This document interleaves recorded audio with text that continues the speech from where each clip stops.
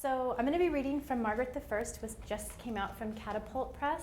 This is a portrait of Margaret that they commissioned for the cover, which I love, so that's why I'm holding it up. So Margaret the First is about a real-life woman writer named Margaret Cavendish, who wrote and published books in the 17th century at a time when it was basically impossible for a woman to do that.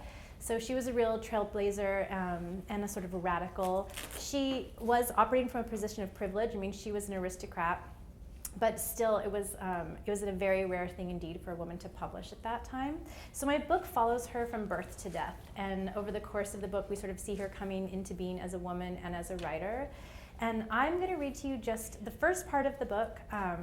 Is in Margaret's voice, and it charts her girlhood up through her sort of initial writings and until the point where she has already written several books and she's well known back in England. And I say back in England because by that time she was living in exile in Antwerp during the English Civil War. So I'm going to start with her as a girl, and then I'll read a couple of other, two other sections. And I just chose a few parts that I think are these sort of subtle turns in her, sort of the development of her mind, basically. And I can talk about that a little bit more later. Okay. A summer afternoon, age 9. Sitting first beneath French honeysuckle, then moving nearer the brook to observe butterflies that gather at pale daffodils, a dead sparrow spotted along the way, and a sonnet begun upon the ability of a sparrow to suffer pain.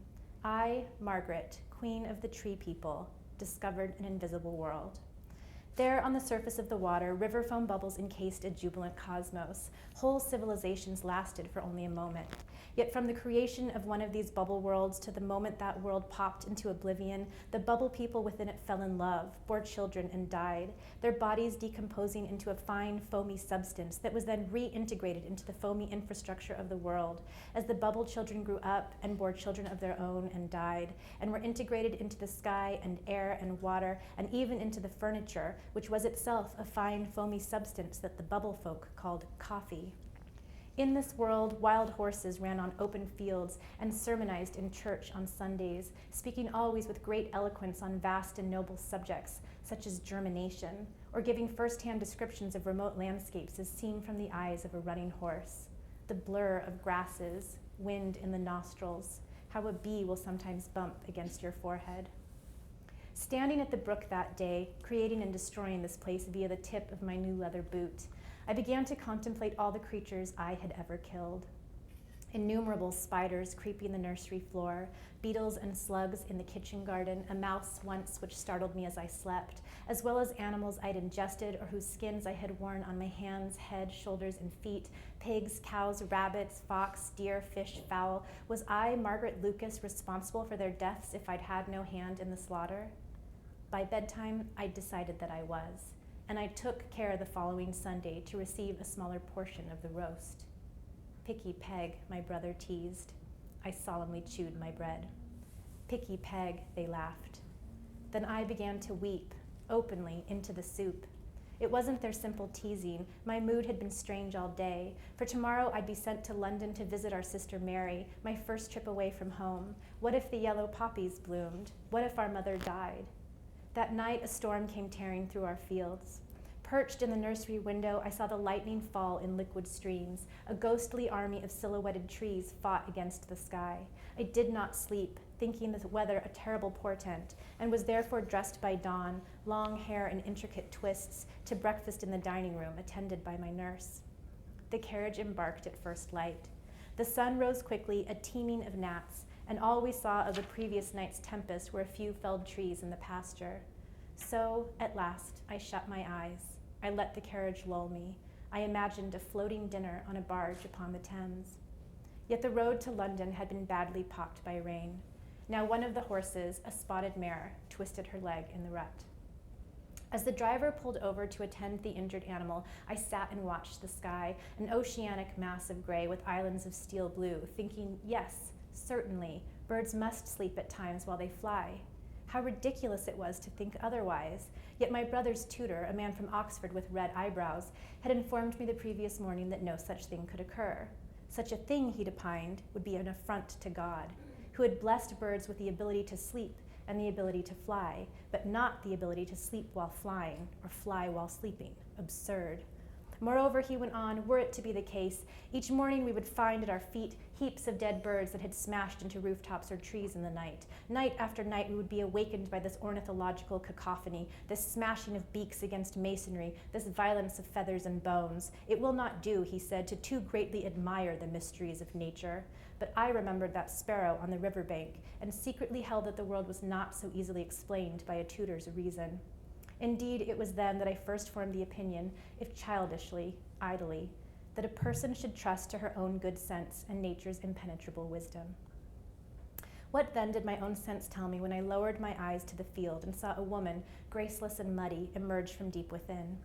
At first, nothing more than a point on the landscape, the stranger walked a line at the carriage until she was stepping through the ragged hedgerow up to the injured horse.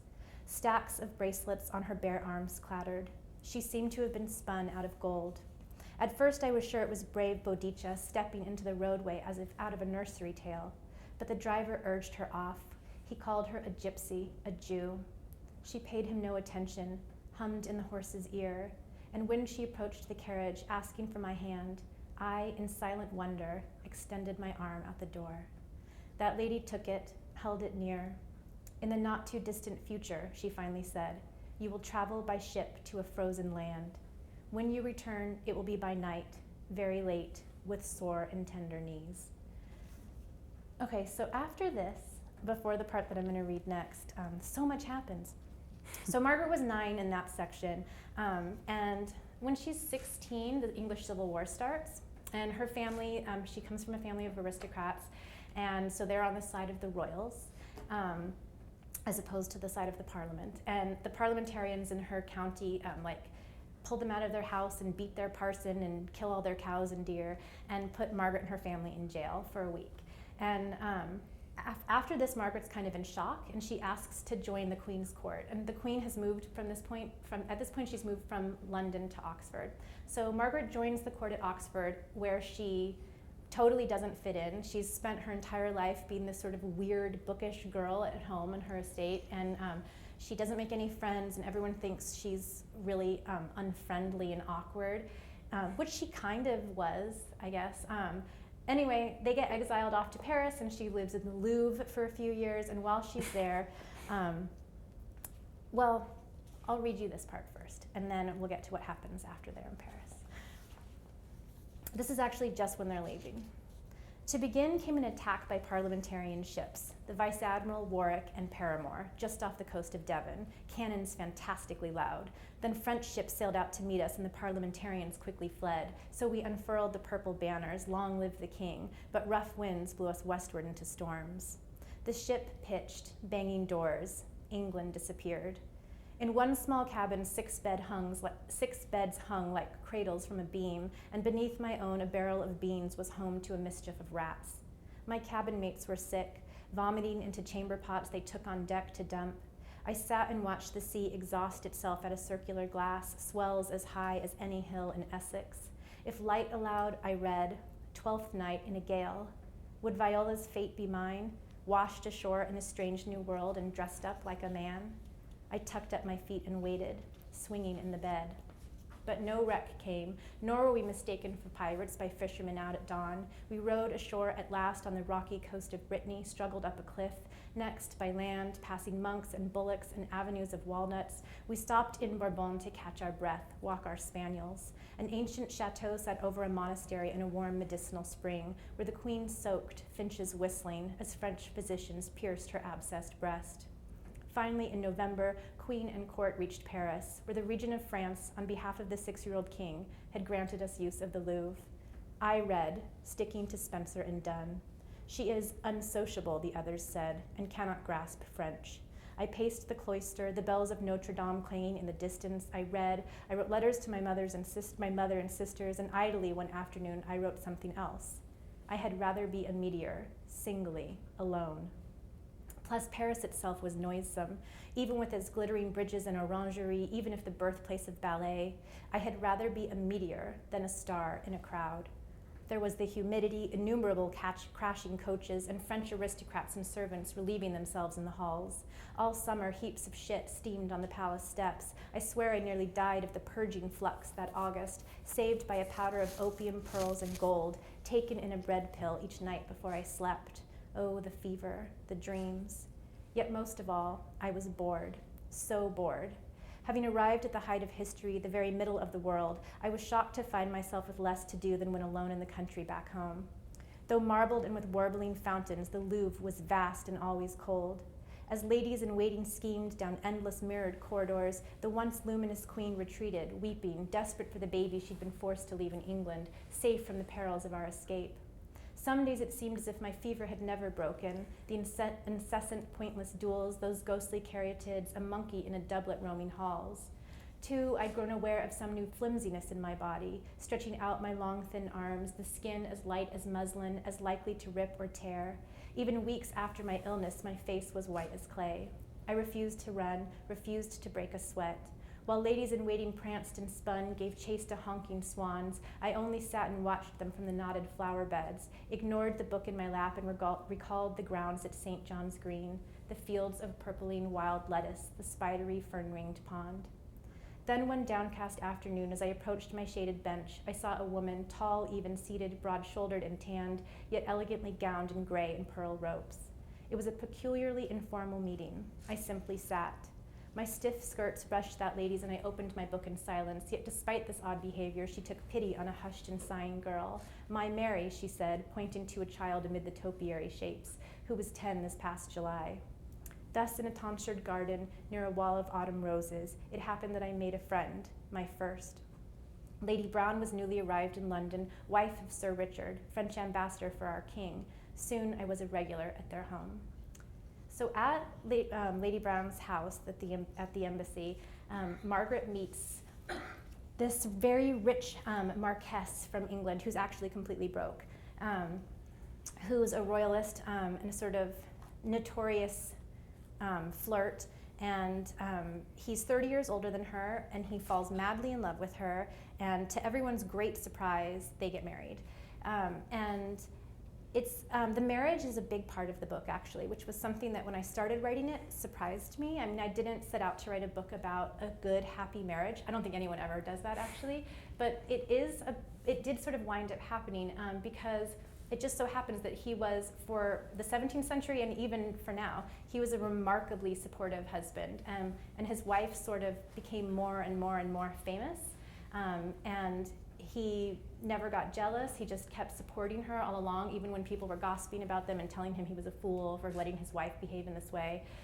So it's really with the start of her marriage that Margaret's education begins, because women were not actually schooled at the time.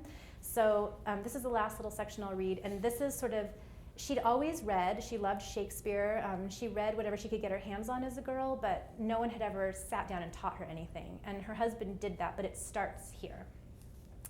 So this is just after her marriage in Paris. When London intellectual John Evelyn married Lady Brown's now 12-year-old Mary, William and I were among the selected guests. My husband, ever lyrical when it came to virgins, wrote a poem for Evelyn comparing his wife to a horse. Autumn again, and we attended the opera, Rossi's Orfeo at the Palais Royal. At court, there was a masque that Christmas, on the Pont Neuf barges on the Seine. Before a painting, the Femme Forte, a woman dressed in armor. In spring, at the ballet, a spectacle of satin. At the Tuileries, caged tigers lit by torches and being fitted, many yards of colored ribbon. At home, our house was a salon. William, a world-class host. He was witty, laughed easily, set everyone at ease. He was, too, I quickly learned, a rather famous patron of Dryden, Gassendi, Johnson, and more. I greeted with practiced curtsies, grasped a Chinese fan. Here came William Davenant, poet laureate, who'd lost his nose to syphilis and wore a black cloth in its place. Handsome Lord Widrington, Bishop John Bramhall, Edmund Waller with his fishy eye, Sir Kenelm Digby, and Mary Thomas Hobbes. As for the French, René Descartes, Roberval, and the father of acoustics, Morin Mersenne, who stared openly at my breasts. Of what did they speak as they sat or stood near the fire? In the beginning, they came to eat. William was generous even when insolvent, and many of the exiles had fled with nothing but their shirts. On the buffet sat wine, cheeses hard and soft, bread, poached apples, berries or asparagus, fish with horseradish, sliced salted ham. A man from Japan folded paper into frogs. An Austrian played rondeau upon the harpsichord. One evening, someone asked what modern scheme would replace the collapsed Aristotelian system, the Middle Ages with their air, wind, earth, and fire, their Ptolemaic structure of the heavens.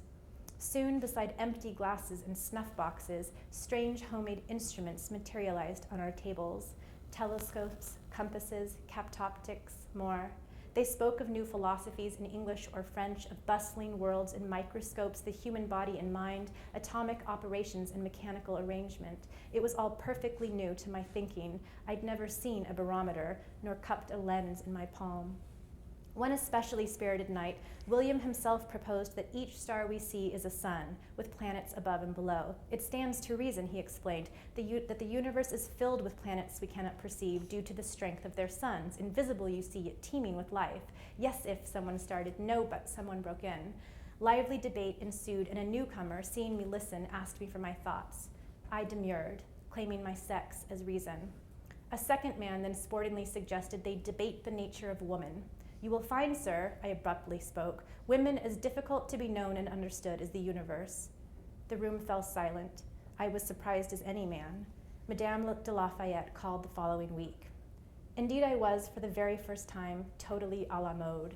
Talk of the place and role of women had been circulating through fashionable salons in each district of the city. Sex a physical distinction, not a quality of mind?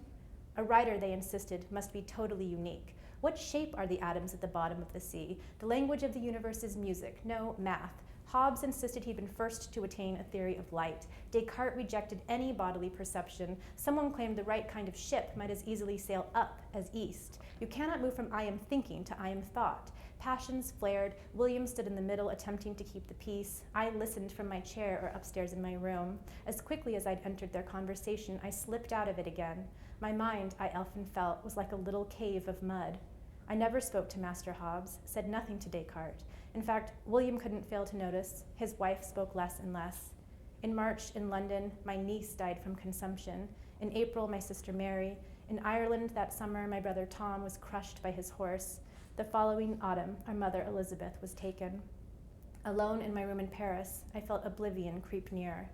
I wrote, Mother lived to see the ruin of her children, in which was her ruin, and then died.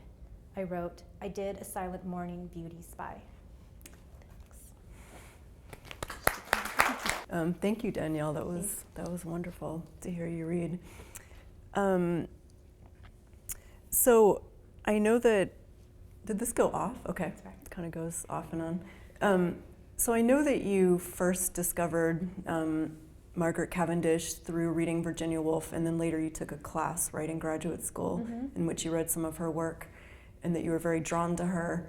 But I'm curious about what made you want to write about her, or not made you want to write about her, but sort of write towards her, or to not just be, not just to encounter her as a reader, but as a writer, and you know, what that was like, that immersion, or... Yeah, I mean, the honest answer is that I never was like, I want to write a book about Margaret Cavendish. Yeah. I decided to write a book about, I wanted to write a book about the year 1666 in London, which was this really weird year. I mean, it was the Great Fire of London, of course, but then also the year 1666 is the number of the beast, which was not at all lost on people who were living then, and there was all this kind of like strange astrological ranting going on about it that was really wonderful, that I was reading in early English books online, which is a database which shows you what a giant nerd I am.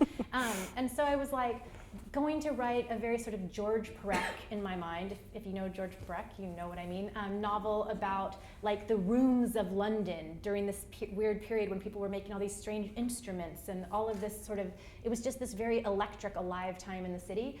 And Margaret Cavendish was one figure in that moment. And in 1666, it just so happens that she published her sort of masterpiece, which was called A Description of a New World Called The Blazing World.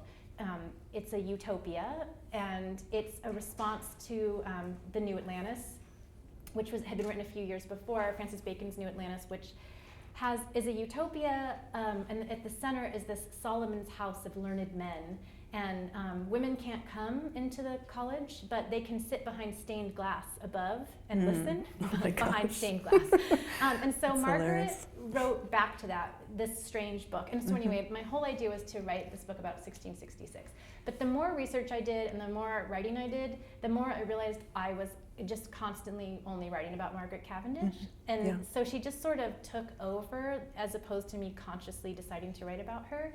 But before that, I mean, any initial impulse to want to follow her, I think it actually did have a lot to do with Virginia Woolf's essay about her. In The Common Reader, she has an essay called The Duchess of Newcastle, and she also mentions Margaret Cavendish in A Room of One's Own. In chapter 4, when she starts going back through all the women writers that she could try to make a chain of, a sort of matrilineal chain of writers from, and she sort of rejects most of the early writers until Aphra Behn, who was right after Margaret. And you get the feeling in that she wants to like Margaret, but can't quite bring herself to do it. And then she went and wrote this other essay about her. And again, she's quite hard on Margaret. And yet the essay she writes just sparkles. I mean, it's so funny and full of life. And the character she paints of Margaret is so wonderful. And yet I felt like now, so reading Woolf so many years later and reading about Margaret so many years after Woolf had written about her, I felt like there must be more to this story, that I have the advantage of like feminist scholars having gone back and found more about Margaret and all this. And so I just wanted to try to understand Margaret for myself. And Woolf is my favorite writer, I should say. And so I just felt like quite drawn to Woolf's essay and yet very unsatisfied by it from the position of like a 21st century woman. And so that was like, I guess, the initial impulse. I really like stories about just the kind of process of writing a novel, and just that it can start as one thing and then become something so different. But I figured that it wasn't so much that you were like, something was like made you want to write about her, but just that something happened, something. And it took a while. I mean, it took me a few years to realize that more systems-based novel I had in mind wasn't going to work out. But it took me a while. And then once I realized it was about Margaret, it still took me a long time to find the form. That this book, the book I wrote before this, Sprawl, took me about a year to write, and this one took me about 10 years to write. So it's like each book has its own strange gestation. To use a gross word. Pages those two books have? They're not that far apart. Sprawl's closer to 100, so it's a little shorter, but this one's only like 168. So it's longer, but I don't know that length has much to do with it. To find out. But they're neither is super long. Actually, in fact, I'll just say that one weird feeling I've had when I tell people that it took me 10 years to write this book, I feel like they're like, it's pretty small. But I'd like to think it's dense. It is. It's heavier than it seems from rich. outside. I mean, one of the things that I was struck by in reading it is the richness of the details and just the richness of the imagery. With Sprawl, you were writing kind of directly to these still lifes of Laura Latinsky. But in this book too, in Margaret the First, there were times when I was reading it that I felt like I was looking at paintings, or I had that sensation. And there's this example kind of early on, in the very beginning of the book, that I'll give. Leaving London, the busy road before us morphs to gorse and broom, sheep and grass, cottagers spinning and weaving, till Colchester looms at last, its Norman castle high above the crumbling Roman wall. And when I reading that sentence alone, I felt that I was looking at a series of paintings, or a painting in panels, where you see, so like the first panel, you're seeing, the morphs to the gorse and broom, the sheeps and grass on the next panel. And I was wondering if, I don't know, it was, very visual for me, this book. And I was wondering if when you were writing it, were you thinking about the visual, or is that just kind of, you know, when you're writing description, what happens, you know, like what unfolds? Or that's such a hard question. You can ignore it. Okay, I'll just look the other way. Yeah. No, I mean, I think that I just am a super visual writer. Yeah. And it sort of was lucky that my last book was ekphrastic. It was in response to still life photographs, and so it just made sense that it was so visual, and I didn't have to think much about why that was. But I don't have any good reason for it here. Yeah. I think that for a fiction writer, my writing is somewhat static, I would say. I think there's What do you mean by that? Yeah, I mean, I think I stop and look a lot more than might sometimes seem normal in fiction. And I'm really interested in looking, but I also am that way as a person. Like, I can be like arrested by something strange or beautiful on the street and feel really stopped by that. So I think it might just be something about how I live and see things. You know, I'm struck here by how time can unfold in a single sentence. So it's like their entire journey from Colchester to Oxford takes place, you know, in this one sentence. Yeah, I think my instinct is always to condense time and not to dilate it as a writer. So like I have to stop and think, I should put a scene in here and dilate time, because I'm much more curious about when time like collapses in on itself. But part of what you're talking about with Margaret sometimes feeling like her younger self is there was the fact that this book took me 10 years to write meant that I went from being 29 to 39 as I was writing it, and that was like a pretty significant 10-year period of different change for me. And so as I got later in the writing of the book, I realized that it needed to take that long somehow, because Margaret is aging over the course of the book, and I don't think I would have understood her character as well if I'd been 29 the whole time I was writing it. There's something really different about being a woman who's 39 than 29, just take my word for it. And so I feel like I started realizing, like, you get to a point, a certain age, where you're like, aren't I supposed to feel like a grown-up? I mean, I have a child and a mortgage, but I still feel like I'm 12 half the time. And so that experience of aging somehow started to make its way into the book, and I started feeling the character collapsing on herself in that way a lot too. And it just seemed, and because a big part of what Margaret's story is about is like a fear of failure. And I think that gets richer as one ages somehow. And also she has a great fear of oblivion. And so that quote that Karina read at the beginning, how she wants to live in many ages and in many brains like nature does, that really is what she wanted. Like, she thought the more people who knew of her and read her work, the less like death would be, because she would live on in people's brains. So I'd like to think she'd be really happy that we're all sitting here thinking about her right now, because she's living in all of your brains. But yeah, so like that feeling of oblivion. Okay, I know 39's not that old, but still 29's like a lot younger. So it started like those feelings of oblivion and failure did start to feel like more tangible to me as I was writing. So I kept thinking about that as I was writing her. Or her looking in the mirror and stuff. Yeah, I love those scenes. Of her looking at herself, and as she ages, that, I don't know, there's something very tender about how you wrote that. You know, her getting older and you were feeling it. I was feeling for her. I wanted to ask you too about the epigraph to the book, which I really like, about irregularity. And I think it's just art itself is for the most part irregular. And I was wondering if you saw, and Margaret Cavendish is the person who said this.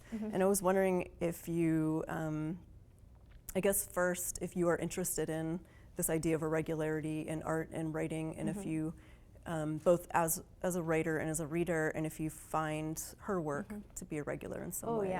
Yeah, I mean, I guess I'm always interested in weirdos and radicals, and she is both of those things. But I'm really interested in work that is a little bit messy and not quite perfect. And hers certainly was that. And in fact, that's part of what bothers Woolf about her, that she was, she couldn't quite pull it together, you know? I mean, because she just wasn't, she'd never been educated. And so, but that was part of what I liked about her. Like, she does crazy things. In the 17th century, she wrote this utopia, this blazing world, which takes place on like an alternate planet. And then she put herself in it, like metafiction. Like, she has the Duchess of Newcastle, which is her, just show up to talk about stuff. And it's just like, it's just crazy, like a crazy postmodern novel written in, 1666. So that was definitely one thing I was drawn to about her. I have to admit, like, the epigraph, it's, when you see, like, I mean, if anyone's ever chosen an epigraph for your book, like, you just see these words and you're like, that's it, those are the perfect words, and they have to be the epigraph. And I really like epigraphs. Like, I think a lot about them when I read them in other people's books. And that quote, if you saw it in context, would not feel so contemporary. It's like part of a much longer like rant she's going on. But when I just lifted them out, that sentence out of that other rant, it just seemed so perfectly to speak to her and to the criticism Woolf launched at her. And I just think she was a totally irregular figure. And I mean, that's exactly why she lasted and why I like her. Yeah. And I thought of when you were talking about Virginia Woolf's response to her, Samuel, is it Pepys? I don't know how you pronounce his last name. I'm not sure. Pepys? I always say Pepys. You do too? All right. Yeah. Nancy says Pepys. He shows up in the beginning and end of the novel, and he's interested in her, but then I think at the end he's like, I don't like her. Yeah. He has this kind of like, but it makes me think of Woolf. Yeah, like this kind of interest in her, but also Pepys was one of the figures that was one of the stars of the imaginary novel about 1666 that I never wrote. And I had tons of Pepys material, and his diaries of the period are wonderful, and I highly recommend them. He was like really slutty, actually, and he was always cheating on his wife, and then he wrote about it in code, but you can really easily read the code, and it's like, oh my goodness, Samuel, like driving through the, I'll spare you, but they're pretty good to read. And he also ate a lot and enjoyed his food, and anyway, so when I realized the book was just going to be about her, I was like, I can't completely lose Samuel Pepys though. And one of the things that Margaret was famous for was she was the first woman ever invited to the Royal Society of London, which was like the first scientific community in England, and that was a great honor. And then she was the last for 200 years after that. But at that meeting, the climax of the book is that, and you'll have to read it to find out what happened.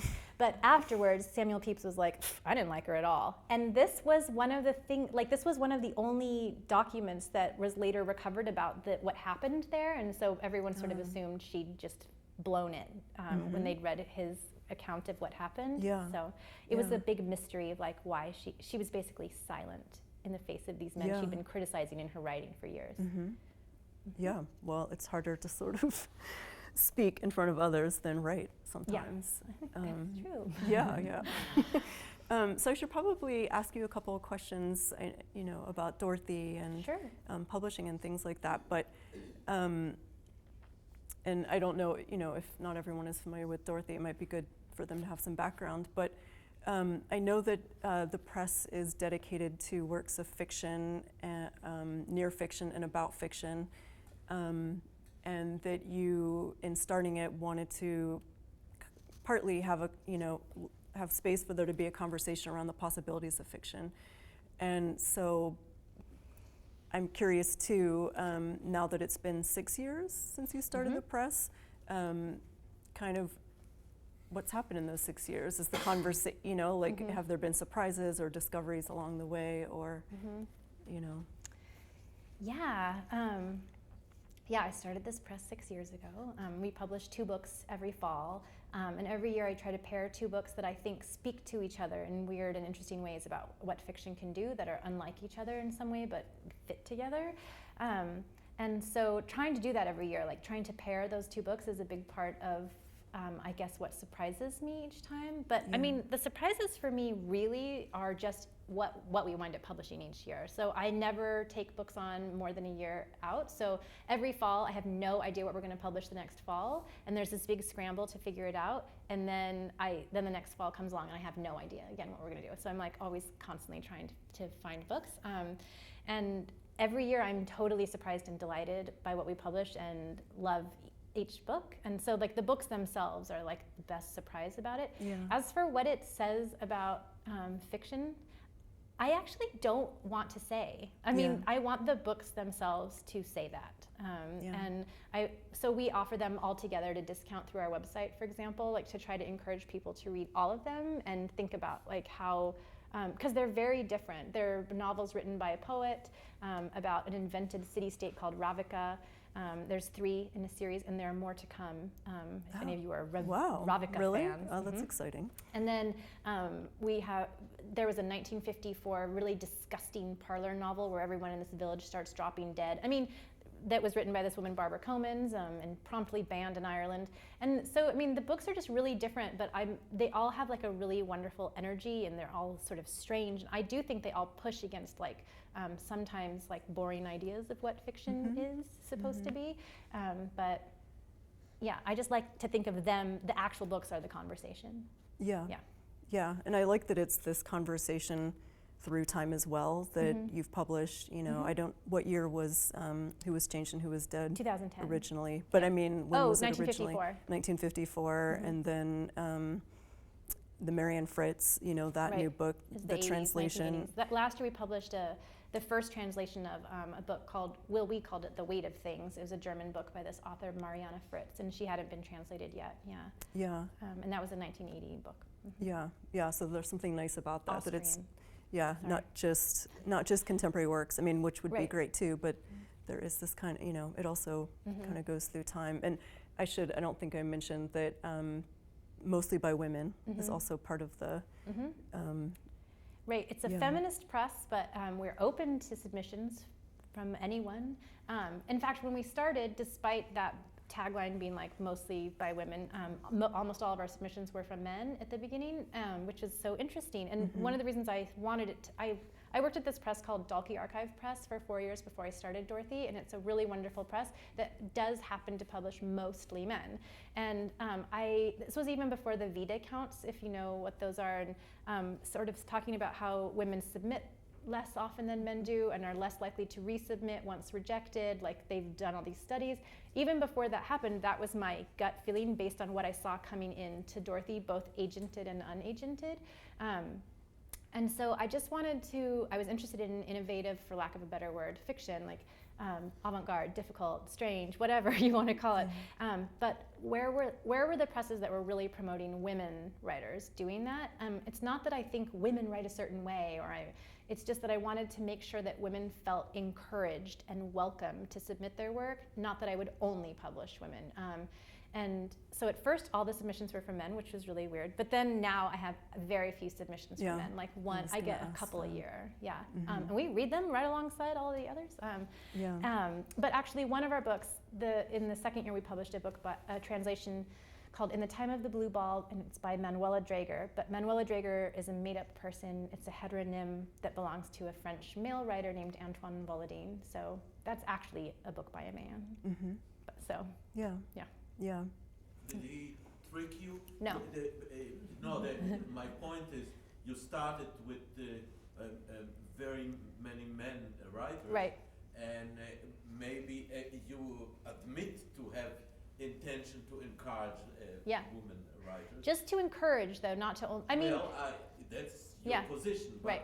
Whether the man writer got a message. I'm speaking now as a man. Right. No. They got the message. Right. They did get the message, but that's fine, I think, because like studies have shown that they're much more likely than women to submit in general. So it's probably okay if there's one little pocket of like the literary world where. Affirmative act. Right. Yeah. But the Antoine Volodine came to us through a very strange. He didn't submit it. The translator, who was a man, Brian Evanson. Both of the two published books we've translated to are by men. The translators were men. The translator Brian Evanson sent us a story as a Christmas gift that he just translated for our child. And because in France, Manuela Draeger writes these books for like children, but they're so bizarre. And they're written from, Manuela Draeger is supposed to be a librarian in a post-apocalyptic prison camp. spinning yarns to children about what happened to their world. And that's what, we collected 3 of those together and called it In the Time of the Blue Ball. So he sent it to me for my child as a kind of a joke. I mean, it was funny, it was charming. But then I was like, I really like this, are there more? And so he translated 2 more and we did it. So it wasn't actually even submitted, I just came across it. Yeah. So. Well, we can maybe open it up to questions from you guys. Any questions At this Yeah. point. Hi, I was going to ask a question about the shape and structure of the novel and how that connected to other Dorothy novels. But since you've answered that, I want to ask the real question, which is, what happened when you tried to psychically communicate with Margaret Cavendish, or when you used a Ouija board, or these other supernatural techniques to do research? What were the results? Yeah, spooky. No, I mean, so it's weird. I was really drawn to her and I really wanted to figure her out, but it took me a really long time to get into her. And I think it's because I was a history major in college, and I was trained to write about figures from a kind of great distance and with like objectivity, and you actually can't really do that in a novel. I mean, that's not what a novel is, and I wasn't writing a biography, but it took me a long time to loosen up, and I had to start writing, like I was talking about with the aging stuff, I had to start really writing myself into the character, but I felt so uncomfortable doing that for a really long time. And then I started realizing that what had drawn me to her all along was obviously that, I mean, she was this sort of like awkward, bookish child. And she really was super shy and also wanted everyone to pay attention to her. I mean, all of these things. She had a very supportive husband. I mean, there were all these things that I actually, not to use the word like relatable, but I related to her. And so I finally started letting myself and my experiences into her, and then she started to feel more like a character in a novel. Not that it's autobiographical, but just, you know, the way any fiction writer lets themselves into a character is what I just wasn't doing it for a while. I didn't realize I wasn't doing it though at first. There's a really beautiful interiority to it, I think. So yeah, you did it. Good. Yeah. Took 10 years. Yeah. Along those lines, I guess I'm curious how much of Margaret Cavendish's syntax entered you and then entered the book. Yeah, that's such a good question. Yeah. I mean, I think that, obviously any character is just words, but with Margaret in particular, because I could actually read her words and they're so weird, that she is hugely syntaxed to me. The oldest thing in this book is actually a section near the very end where I was trying to write about Margaret right after she'd finished The Blazing World, and I had just read The Blazing World, and it's so swirling and heady and bizarre, and that was like it just came pouring out of me, like it's this really lyrical close third person, so the book's not all in first person, it switches later, and we pull back from Margaret and sort of look at her, and it's just this really swirling, super meta-textual voice where she's commenting on all these recent texts she's read by these men of the Royal Society, and that just came like out in a gush, and I thought that was just the language of Margaret. But then when I finally decided I was going to write this book that was her whole life, I had to back up and figure out a woman who was that person in language at about 45, who would she have been in language at 9? And how do I get, so I mean, in a lot of ways, writing her was exactly that, like trying to figure out how she aged in language because she's a writer. That was sort of, I'm not sure if that made any sense, but. It made a lot of sense, Okay. I think. Yeah, no, it's super interesting. Yeah. Any other questions? Yeah. I noticed when I saw the cover of the book, which I just love, by the way. Me too. And that she had the little star Yeah. in the center. And then when I'm reading through the book, star is mentioned on almost every page. Oh my gosh. Oh, I didn't know No. that. And I wondered if that had anything to do with 1666 being such an astronomical time. Well, so that's very interesting. I didn't notice that. I have so many things to say right now. I mean, this is exactly what I mean. Like, I was doing all this research on Samuel Pepys and on the scientific instruments and on the astronomical, like, sightings of comets, or, you know, they had all these theories about what was going to happen in the year of the beast. And I kept thinking I was going to write about those things, but they all got smushed into only writing about Margaret. So it makes sense in a weird way that there's all this astronomical thought, because I had been reading all of that stuff.